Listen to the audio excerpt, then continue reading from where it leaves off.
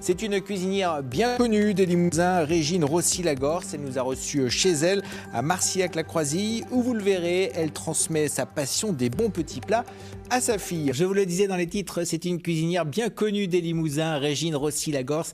Elle écrit de nombreux livres de recettes faciles à réaliser chez soi. Pour notre rubrique Passage de témoin, elle nous a reçus chez elle en Corrèze à Marcillac-la-Croisille, où elle transmet sa passion des bons petits plats à sa fille Charlotte. Reportage Antoine Gégat, Isabelle Le Rouge.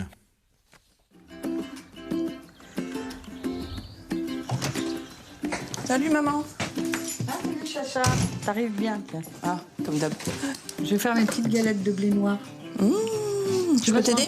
Tu restes manger avec nous? Ah bah oui, si tu restes manger, tu le fais. Hein. Oui, ça marche. D'accord. Tu fais la pâte?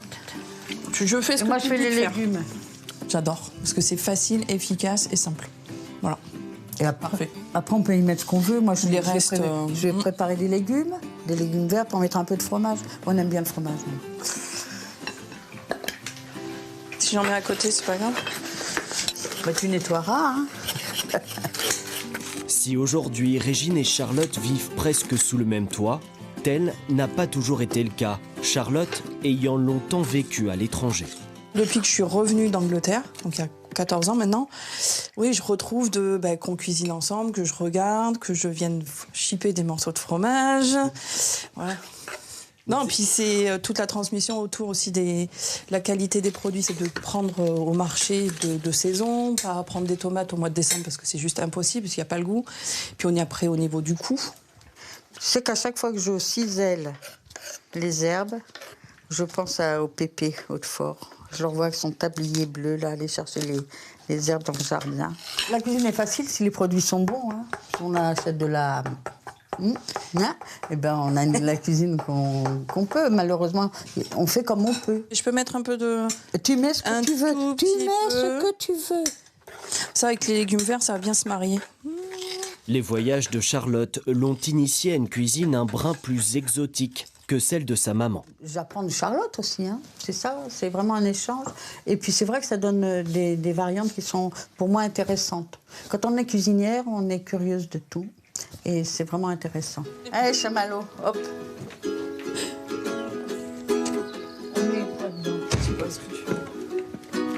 Qu'est-ce qu'on prend?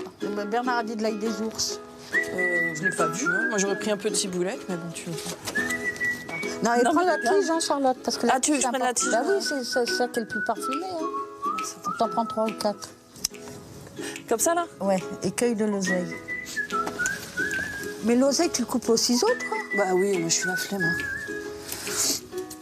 On sent que vous avez votre manière de procéder et que Charlotte a la sienne, quoi.